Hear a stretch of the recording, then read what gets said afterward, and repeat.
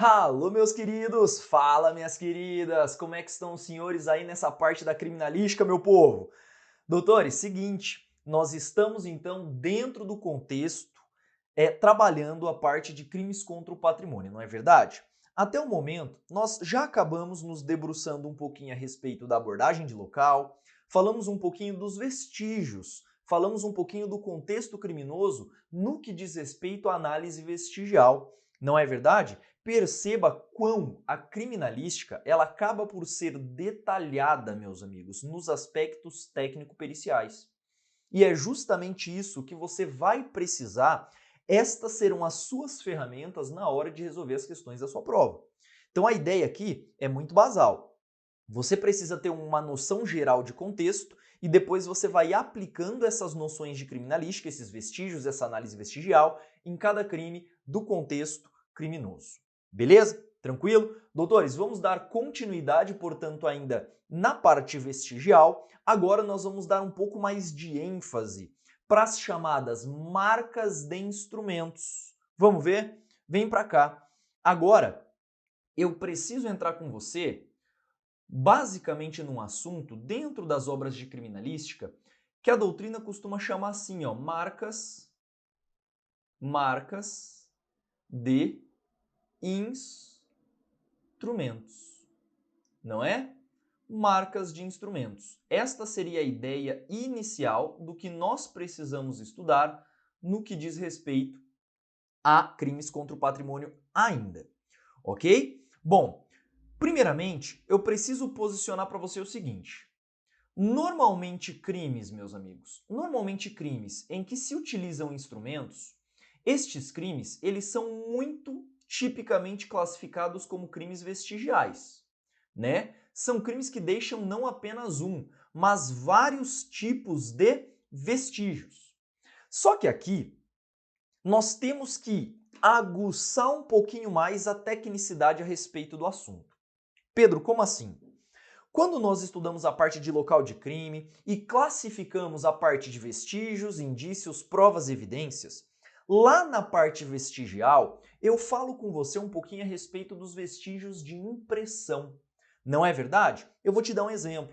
Imagina que eu, com o meu sapato sujo de lama, piso no local em que eu arrombei. Doutor, repare que o aspecto morfológico desta pegada ela vai denotar a minha pisada. Isto é o que vem a ser o chamado vestígio de impressão. Quando nós trabalhamos com marcas de instrumentos, doutores, tipicamente nós estamos lidando com vestígios de impressão. Quer um exemplo aplicado a crime contra o patrimônio, muito clássico inclusive? Utilização de pé de cabra.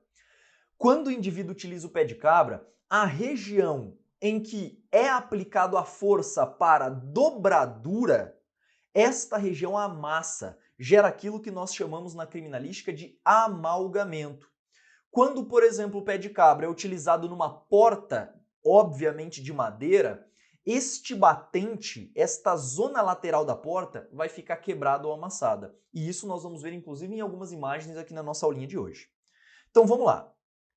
Se ao lidar com marcas de instrumentos nós estamos falando tecnicamente de crimes vestigiais, aqui você tem que se lembrar, claro, dos chamados vestígios de impressão. Vestígios de impressão. E aí, só para não passar em branco, eu vou deixar um conceito aqui para você do que vem a ser esses vestígios de impressão. Portanto, estamos falando de vestígios que indicam a morfologia, veja, ou que indicam o mecanismo de ação do objeto ou ainda do instrumento utilizado. Isto vem a ser um vestígio de impressão. Então aqui nós podemos classificar vários tipos, marcas de pneus, marcas de solados. No nosso caso aqui, como nós estamos lidando com instrumentos, marca dos instrumentos a serem utilizados, uma solda, uma serra e por aí vai. Com esse vestígio, o perito ele consegue fazer uma análise anterógrada, possivelmente tendo uma ideia do que causou aquela ranhura, aquele amalgamento, aquela quebra do objeto e por aí vai. Visto isso, doutores, eu me sinto muito à vontade para trazer para você agora o embasamento jurídico da análise de instrumentos. Quer ver só? Quando a gente pega o CPP, lá no artigo 175, ele vai afirmar que serão sujeitos a exame os instrumentos empregados para a prática da infração. Ou seja, nós estamos falando da perícia de instrumentos. Segundo o CPP, será obrigatória, serão sujeitos a exame os instrumentos empregados, com dois objetivos na prática. E esses eu peço que você anote, hein? Com dois objetivos na prática. Primeiro, com o intuito de se constatar a sua natureza e também com o intuito de se constatar a sua eficiência. Veja, segundo o Código de Processo Penal, a perícia de instrumentos tem como objetivo verificar a natureza do objeto juntamente com a sua eficiência. E aqui, meus amigos, os exemplos vão ao além. A banca ela pode trazer N situações em que se mostra obrigatório o exame de corpo de delito. Eu vou te dar mais um exemplo. Eu não sei se está no edital, mas se tiver, certamente você terá a parte de balística forense comigo. E quer ver um exemplo clássico? Toda vez que um crime envolve uma arma de fogo, como por exemplo acontece num roubo, este roubo que terá um aumento de pena deflagrado em razão do uso de arma de fogo, esta arma ela está sujeita à perícia. É obrigatória a constatação daquilo que está elencado num protocolo da Senasp, da Secretaria Nacional de Segurança Pública. É um protocolo que trata do exame de eficiência de arma de fogo e também exame de eficiência do cartucho, para verificar, repare no termo, hein, se esses objetos possuem potencialidade lesiva. Deu para entender? Tanto é que se o perito constatar que esta arma é absolutamente ineficaz de, por exemplo, deflagrar o disparo, esta situação será caracterizada como um crime impossível. O uso de arma é totalmente ineficaz, sendo impossível, por exemplo, a aplicação de um aumento de pena ou uma qualificadora, dependendo do tipo de crime. Esta seria a ideia. Portanto, o embasamento jurídico em se tratando da utilização de instrumentos para perpetração do crime, está lastreado no artigo 175 do CPP. Além disso, meus amigos, permita-me massificar aqui com você o posicionamento do professor Alberi Espíndola quanto à classificação. Aqui ele utiliza um termo um pouquinho diferente, ele não usa o termo instrumento, ele utiliza o termo chamado de ferramentas. Classificação das ferramentas utilizadas na prática de crime. E basicamente o professor Alberi, que é perito criminal inclusive, ele classifica as ferramentas de duas formas. Existem ferramentas materiais e existem ferramentas, doutores, abstratas. Veja, vê se faz sentido. Então as ferramentas aqui para nós pode ser interpretada como sendo instrumentos utilizados para a prática do crime, podem ser materiais ou podem ser abstratas. Nossa, Pedro, agora isso me confundiu, eu nunca ouvi falar dessa história. Pois é, deixa o trabalho comigo e vamos conversar aqui um pouquinho sobre. Quer ver só? O que vem a ser um instrumento ou uma ferramenta material? Veja, estamos falando de um instrumento ou de uma ferramenta que é concreta. É aquilo que você pode pegar, por exemplo, para martelar um prego. É aquilo que você pode pegar, por exemplo, para provocar um corte em um arame e por aí vai.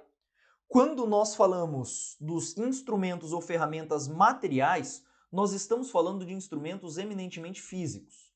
São aqueles que você consegue pegar. O grande exemplo que eu tenho aqui para você é o alicate, né? Estamos diante, por exemplo, de um alicate, de um pé de cabra e por aí vai. Já as ferramentas ou instrumentos abstratos são aqueles, meus amigos, chamados de softwares. Softwares que melhoram o desempenho da perícia. Eu vou te dar um exemplo. Muitos criminosos podem se valer de softwares maliciosos para a perpetração do crime.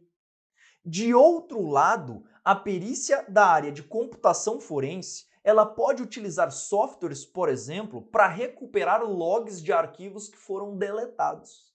Olha que coisa interessante. Então, a depender do contexto, claro que isso depende do dolo do agente, os instrumentos e as ferramentas podem ser utilizados para bom ou para ruim. No caso dos softwares maliciosos, vai lá para suas aulas de informática agora, o seu professor ele deve citar para você, quando ele cita a parte de malwares, não é verdade? Ele deve falar, por exemplo, do phishing e do farming, em que o agente muitas vezes constrói uma página falsa de internet, por exemplo, uma página do Internet Banking, e altera o DNS, que seria o local em que vai ser armazenado o IP, dando uma certa indicação para o site que será acessado. Ele altera este servidor e isto será direcionado para uma página falsa. Esta seria a ideia. Então, os agentes, os criminosos que se utilizam de ferramentas ou instrumentos abstratos, se a banca citar isso, ela está se referindo a softwares. São códigos de programação que melhoram o desempenho do agente na hora de praticar um crime. O mesmo pode ser utilizado pela perícia na expectativa de elucidar, aí sim, este crime. Legal? Então falamos da classificação das ferramentas trazidas pelo professor Alberi Espíndola. É uma classificação, doutores, marcante demais. Vamos avançar? Então falamos, portanto, das principais ferramentas e instrumentos a serem utilizados, muitas vezes são utilizados, para a prática de um crime contra o patrimônio. Superado isso, eu avanço. E agora, eu quero trabalhar com você mais precisamente o que, doutor? Vem para cá. Nós vamos estudar algumas modalidades de ferramentas ou de instrumentos, tá? Modalidades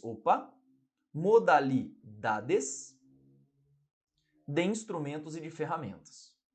Primeiramente, eu quero falar com você a respeito do martelo, Esse aqui é simples. Muitas ferramentas que nós vamos conversar aqui são ferramentas, meus amigos, do nosso cotidiano. São ferramentas muito comuns de serem utilizadas.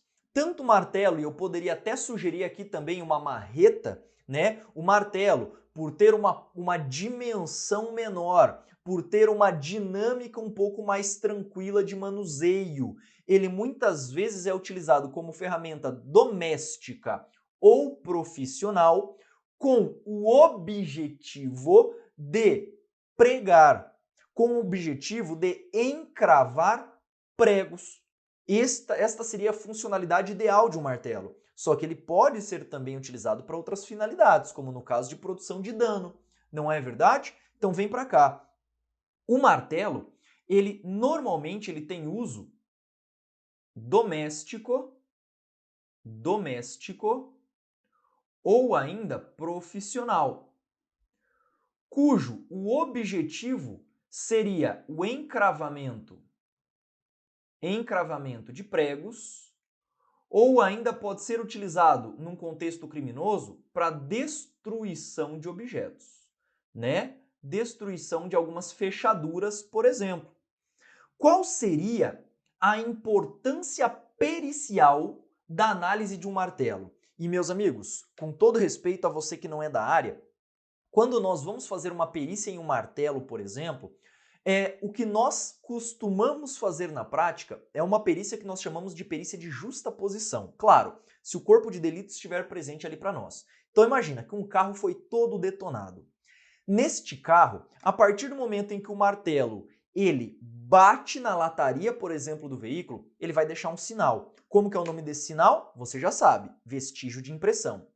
Quando você compara o tipo de ranhura, quando você compara o tipo de amassamento, aquela região da cabeça do martelo redondinha, ela provoca um vestígio igualzinho o instrumento que o criou.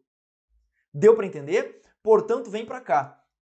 Ao se analisar, portanto, essa parte relativa a martelo, o que nós costumamos fazer na perícia é um exame de justaposição. É um exame de justaposição na expectativa de se detectar uma coisa que a gente chama de encaixe. E aí você pode sobrepor, por exemplo, o martelo sobre o vestígio e tirar uma fotografia, indicando que é possível ou não determinado instrumento causar aquele tipo de vestígio. Aí fica fácil, né? Então o martelo, ele acaba sendo um instrumento que a gente consegue constatar com muita tranquilidade ali na prática e que muitas vezes nós podemos até utilizar uma reprodução simulada dos fatos para melhorar a performance pericial. Beleza. Quanto ao martelo, muito fácil, muito tranquilo a análise desse instrumento. Vamos para o segundo. Segundo instrumento mais importante que a gente tem para conversar aqui é a chave de fenda. E, meus amigos, como eu pego chave de fenda aqui nos crimes contra o patrimônio, principalmente para arrombamentos, né? A chave de fenda, ela também tem um uso doméstico, né? As pessoas costumam ter em casa, uso doméstico e também, muitas vezes, profissional, inclusive com algumas características até profissionais, a depender do tipo de chave de fenda. No entanto, lembre-se o seguinte, a função de uma chave de fenda é rosqueamento de parafusos. Esta é a finalidade em se tratando do uso da chave de fenda. E aí, qual seria o aspecto pericial importante, Pedro? Porra, chave de fenda, meus amigos, é muito utilizada para arrombamento, principalmente aquelas de grande calibre. São chaves de fenda mais resistentes, mais espessas, né? Que muitas vezes podem ser utilizadas para forçar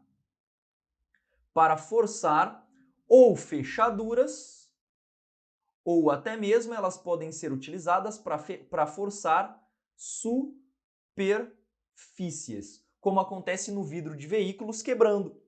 Como eu já falei para você, imagina que isso aqui fosse uma chave de fenda. O cara pode colocar a chave de fenda no canto do vidro e fazer este movimento, o que gera uma pressão no vidro, estilhaçando. É muito simples quebrar vidro do tipo temperado, que são os vidros de segurança veicular. Então, só com este simples manuseio de uma chave de fenda, é possível que seja, por exemplo, produzido esse tipo de vestígio. E aí, o que você encontra na região adjacente em que foi forçado com esta ferramenta? Os vestígios de impressão. Tudo bem? Muito fácil a questão da chave de fenda. Vamos falar um pouquinho agora de uma terceira ferramenta que cá entre nós, meus amigos, está em desuso, hein? Está em muito desuso, que é o pé de cabra. Né? Eu vou colocar certo aqui, não vou colocar só cabra aqui, senão fica esquisito. Pé de cabra. Pedro, o que é pé de cabra? Aguenta aí que já já nós vamos ver uma figurinha, tá? Primeiro, para que serve um pé de cabra, meus amigos? A funcionalidade dele é a retirada de grandes pregos, ou ainda de grandes parafusos, para alguns, tá? Ou ainda grandes parafusos, dependendo do tipo de parafuso. Então é possível a utilização de um pé de cabra. Só para você ter ideia, ele tem mais ou menos este desenhozinho aqui, ó, né? Aqui você encontra basicamente uma cabeça bifurcada, ok? E esta região aqui, meus amigos, é a região de força. Você muitas vezes puxa ele neste sentido e essa região aqui gera uma pressão. Esta pressão gerada sobre determinadas superfícies vão gerar ranhura, vão gerar marcas de amassamento que nós chamamos de amalgamento e por aí vai. E aí como que nós detectamos a utilização de pé de cabra na prática criminosa? Meus amigos, sem dúvida, arrombamentos. Arrombamentos principalmente de superfícies espessas, como no caso de portas e janelas, portas resistentes, né? A perícia também vai constatar muitas vezes muitas marcas. Deixa muitas marcas. Tendo em vista essa região do cotovelo, que nós podemos chamar assim, do pé de cabra. Isto gera amassamentos muito profundos, pessoal. Isso gera uma região muito forçada, até porque se precisa ter uma certa manipulação deste pé de cabra no intuito de arrombar.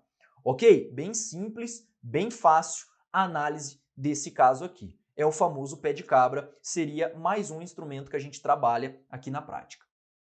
Próximo instrumento marcante aqui para nós. Letra D.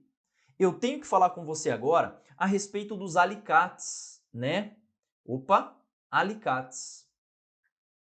E ao falar de alicates, existem basicamente dois, principalmente constatados na perícia. Existe o alicate comum e existe o alicate de pressão. O alicate comum, meus amigos, é aquele alicate que todo mundo conhece, né? Muitas vezes você tem em casa um alicate comum para apertar, muitas vezes para cortar arame e por aí vai. Este alicate comum é simples, o problema está no alicate de pressão.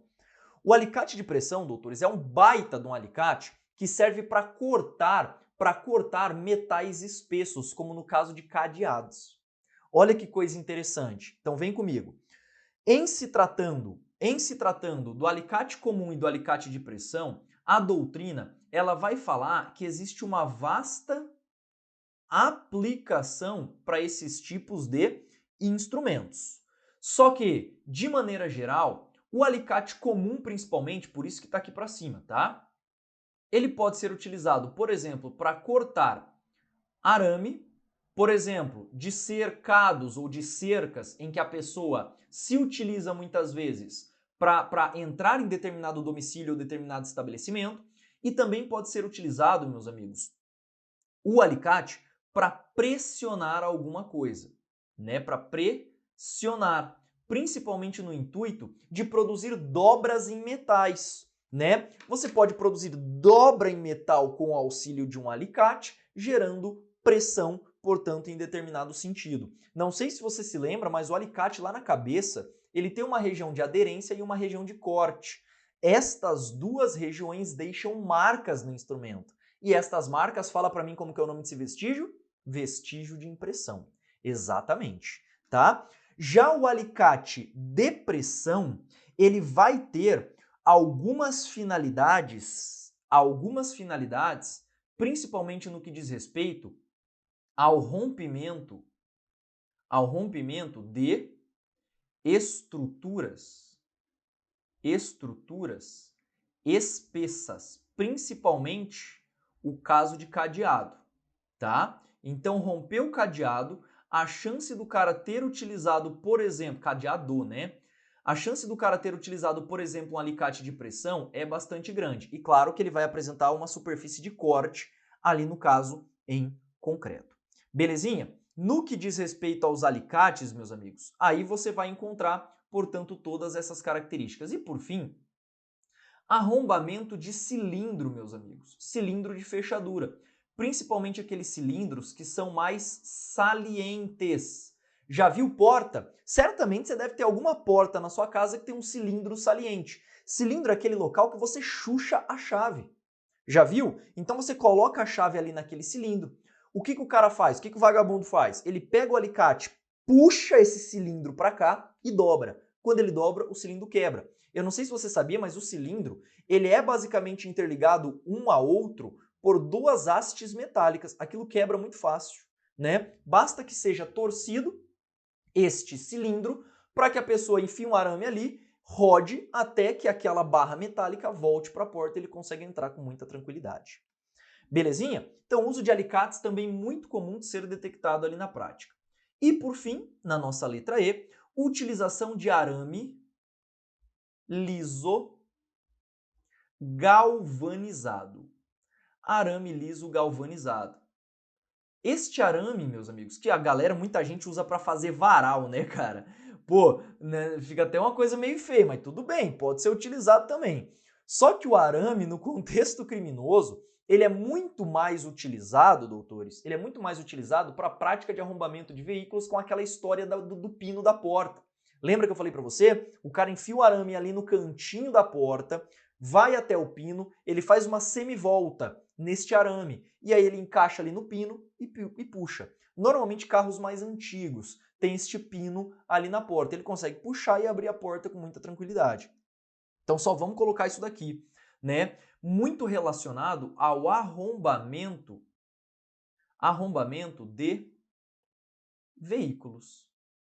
Esta seria a ideia da utilização do arame liso galvanizado. Bacaninha? Doutores, no que diz respeito aos instrumentos, esses são os principais meios que a gente tem. E agora vamos, só para contextualizar um pouquinho melhor, ver algumas imagens de arrombamento só para você entender o que eu estou dizendo. Essa imagem, ela salienta, por exemplo, um criminoso, ele está inserido, repare como é espessa, hein? Repare como é espessa essa chave de fenda, na expectativa de arrombar a fechadura de um veículo. Então, basicamente, o cara introduz essa chave de fenda lá no fundo e gira. Quando ele gira, ele pode destravar a porta, tá? A questão da utilização, tá vendo uma outra chave de fenda aqui, ó? O cara tá enfiando a chave de fenda aqui na borracha, aqui nessa borracha aqui do vidro. Quando ele insere essa chave de fenda aqui na borracha e pressiona, o vidro inteirinho se estilhaça e quebra. Muito comum também na prática nós constatarmos esta ação criminosa, tá? Tá aí um exemplo, por exemplo, do pé de cabra. Olha só, tá vendo essa região aqui do batente? Olha o vestígio de impressão aqui, ó. É uma região que o agente usa como apoio para fazer força e arrombar as portas. Tá vendo como que fica toda essa lataria interna aqui, ó, da região interna aqui do batente da porta? Pois é, então outro exemplo que a gente tem aí na prática.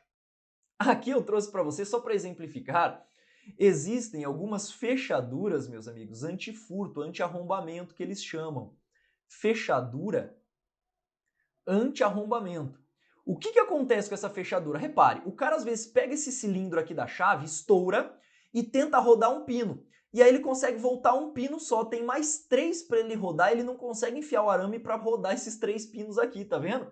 E aí essa maçaneta, basicamente essa fechadura, melhor dizendo, ela tem 4 pinos. E aí o cara não consegue voltar todos na hora da prática criminosa. Por isso que alguns chamam essa fechadura aqui de fechadura antifurto, tá? Muito curioso aí na prática.